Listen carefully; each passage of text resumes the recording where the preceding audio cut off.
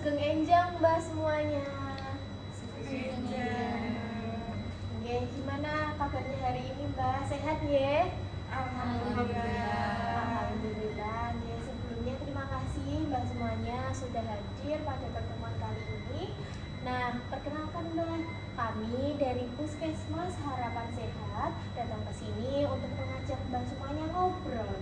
Kita cerita bersama, kita konseling bersama, dan nantinya Mbak kalau ada yang ingin diceritakan, monggo bisa diceritakan saja kepada kami. Seperti itu ya.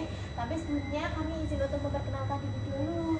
Saya Atika, kemudian ini ada rekan saya Prista Mbak. Ya, terus ada juga Saya Farida, Bah. Nah, tapi sebelumnya nih Mbak, ini Mbah-mbah semuanya yang ada di sini tahu nggak apa itu konseling? Oh, mboten ngertos nggih. Monggo ini bisa dijelaskan oleh Mbak Krista. Jadi konseling itu Mbak, kita di sini ngobrol serius tapi santai. Tujuannya kita nanti ngobrol terkait masalah atau perasaan atau pikiran yang membuat Mbak itu merasa berat, bisa diceritain gitu Mbak kepada kami. Kita ngobrol-ngobrol santai tapi serius gitu Mbak. Seperti itu nggih, sekali lagi kami tekankan bahwa nanti rahasia dari cerita yang Mbak ceritakan kepada kami akan kami jaga. Nah, tadi kan kami sudah berkenalan nggih Mbak. Sekarang silahkan gantian, kami juga ingin mengenal Mbak semuanya. Monggo dari Mbak ini, Mbak siapa nggih? Saya Wati. Saya Harun. Saya Yano. Saya Siti. Saya Rini.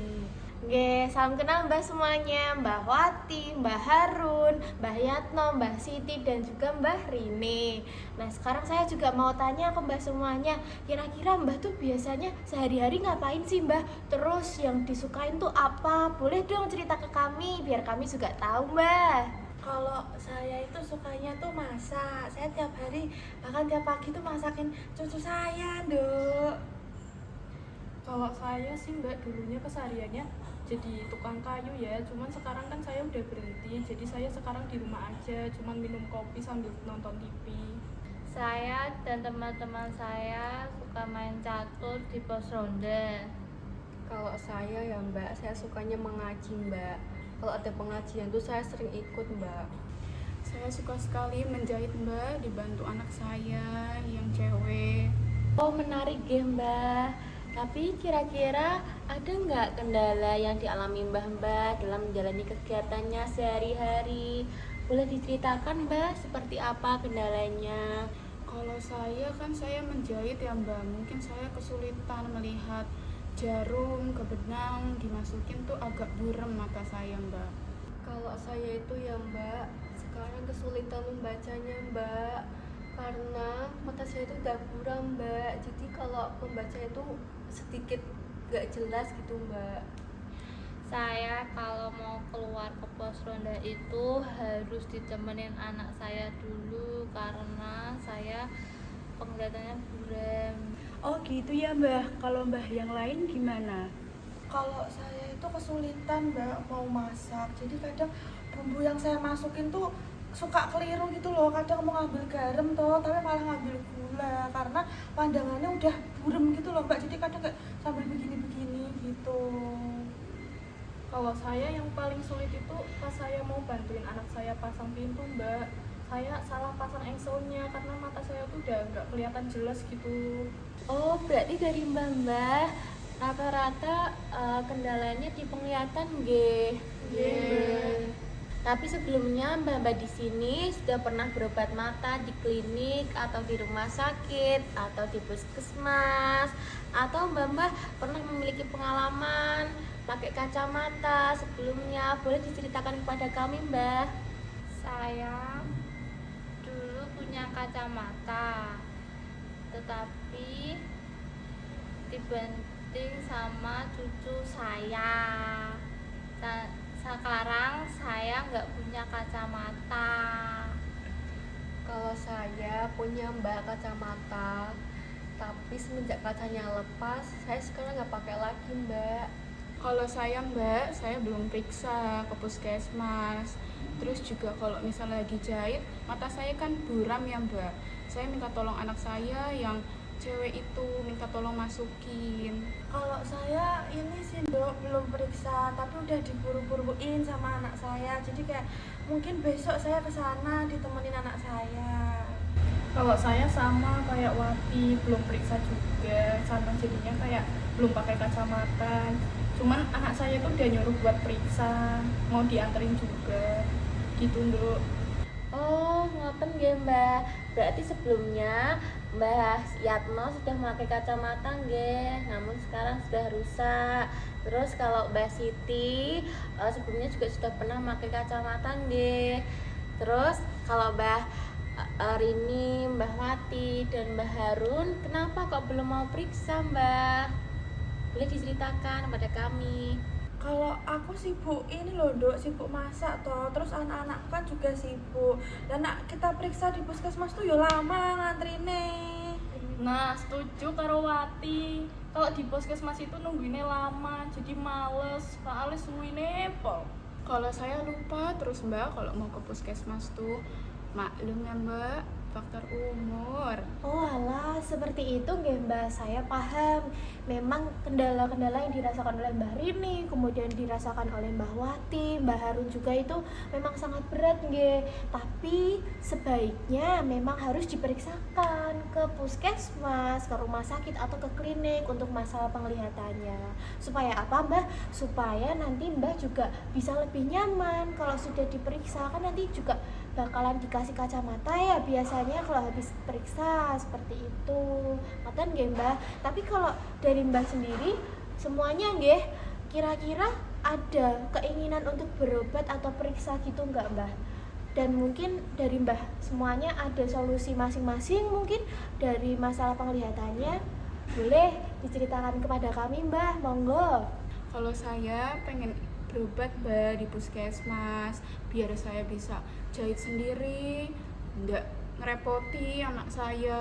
Oh bagus Mbak, dengan Mbah mau memeriksakan mata, Mbah menjadi lebih nyaman lagi dan menjadi lebih pas lagi untuk menjahit. Iya Mbak. Ya kalau keinginan sih ada ya Mbak. Paling nanti saya bilang dulu ke anak saya ya, bisanya kapan buat nemenin saya. Sama Mbak, kalau saya juga keinginan tuh ada berobat pakai kacamata. Soalnya kalau misalkan nanti saya mau bantuin, saya nggak buat kesalahan lagi. Oh bagus nggih Mbak, dari Mbak sudah ada keinginan untuk memeriksakan mata. Mungkin bisa dibicarakan lagi kepada anak-anak Mbak untuk mengantarkan Mbak periksa mata, mungkin bisa di klinik atau di puskesmas atau di rumah sakit gitu nggih Mbak. Iya Mbak. Nanti saya periksa lagi ya, biar saya punya kacamata lagi, biar ngajinya nanti lebih enak.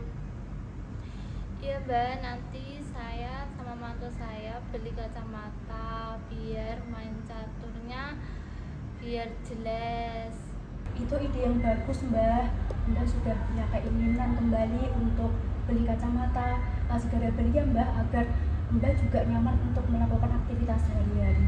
Oh berarti dari Mbah di sini ingin memeriksakan mata kembali nggih, dari mulai Mbak Yatno, Mbah Siti itu mau memeriksakan kembali nggih, dan kemudian Mbah Rini, Mbah Wati, dan Mbah Harun juga ingin segera periksa nggih Mbah. Janji nggih Mbah dilakukan? Nggih. Baik Mbak, jika seperti itu. Kemudian kami ingin bertanya Mbak, setelah melaksanakan sesi konseling hari ini, gimana perasaan Mbak? Mungkin bisa dimulai dari Mbah Wati terlebih dahulu, bisa diceritakan kepada kami.